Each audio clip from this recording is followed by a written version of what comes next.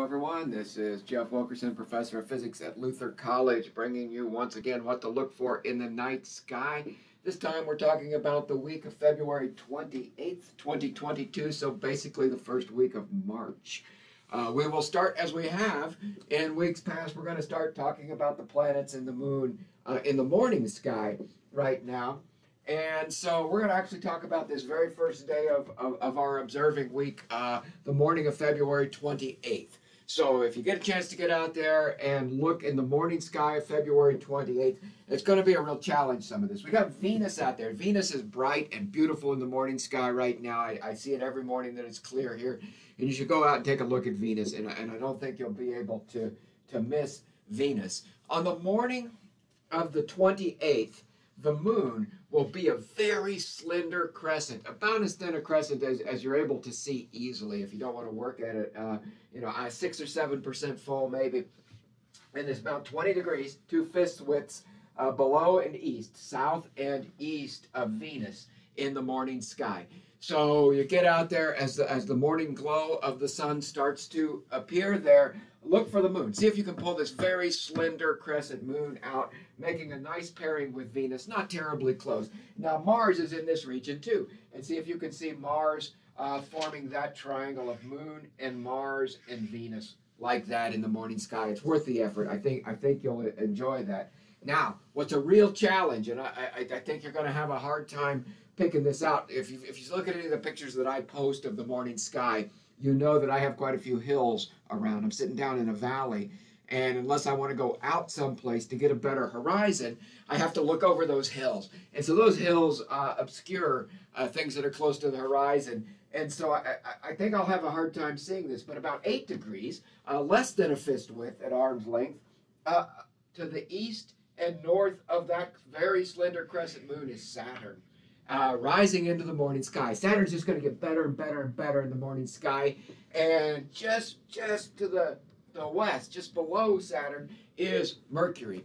Definitely you want binoculars to try to make this work if you think you can see this. These things all sit about half a fist width at arm length to the west of Deneb Al-Gadi, tail of the goat, Arabic for tail of the goat. We looked at Deneb Al-Gadi a lot last fall. Saturn and Jupiter were close. We watched how Saturn and Jupiter were moving relative to that star in Capricorn. So this is a great morning sky. Give it a try on the 28th, and especially because it'll be interesting to watch how this unfolds during the month of March. By the end of March, Jupiter will have moved around. Jupiter's still on the other side of the sun, but it will have moved around and joined Saturn once again in the morning sky and will be part of this. Be hard to see during the month of March as it's so close to the sun, but it's going to just get better and better and better as the spring unfolds. So last fall, we spent a lot of time watching Jupiter and Saturn move and how they evolved, our view of them evolved in the sky. And it's time to start that in the spring again here. As we watch right now, you can't see Jupiter, I don't think at all. But it's going to pop out into the morning sky. Maybe by the end of the month, you'll have a chance. The end of the month of March, you'll have a chance to see it with Saturn here. So go out, 28th, watch this. If you don't make it out on the 28th, the moon's going to be gone, but you'll still be able to see Venus and Mars nicely, and maybe you'll be able to see Saturn get better and better and better as the week unfolds and as the week after that unfolds. Now, toward the end of the week, on the evening of the 4th, the moon will be about the same amount full it is right now, 6 or 7, 8% full. But it's going to be in the evening sky. It will have popped around on the other side of the sun. So this makes a great cap for the week. If you can see a very slender crescent moon on Monday morning and then go out on Friday evening and see the same sort of size and shape of crescent moon, it's the other part of the moon, of course, because it's the other side facing the sun there. But you see that very thin crescent moon in the evening sky.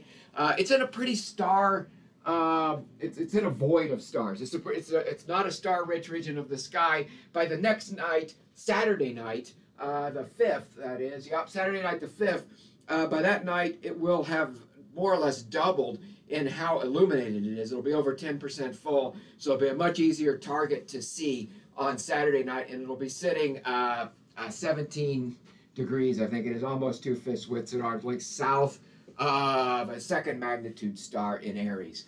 And so you can see that one star above it. And if you want to find the constellation of Aries, that's a good marker to try to find the constellation of Aries, is to say, okay, the brightest star in Aries is going to be sitting about 2 fist widths straight north of the moon on the night of the 5th. So that's what we got with the moon and the planets. We're going to give you one other thing this week. I vowed when I was doing this, I was going to make this a shorter video this week. They've run a little bit long. I don't know how we're doing. I have a sense that we're rambling and not getting there. But I think we want to look at Lepus. Just really quickly get to know the stars of Lepus. Maybe the constellation of Orion is familiar to you. We got bright Betelgeuse. We got the belt of Orion. And we got Rigel here. So maybe you see Orion and you're familiar with Orion. Sirius, the brightest star in the sky, is over here. If you follow that pattern, sort of bink, bink, bink, and look down below there, Lepus is what sits in the sky below the feet of Orion. Lepus, the hare. And so the brightest star, all of these stars, none of these stars are super bright. They're not super faint. It's about 2.5 magnitude. Here is our Neb. And Nihal is down here, is about 2.85, 2.9 magnitude. So between 2.5 and 3 magnitude are these stars, the alpha and beta stars of the constellation. And both of these names are Arabic names, and they're taken, as I understand it, they're taken from the name for the constellation as a whole.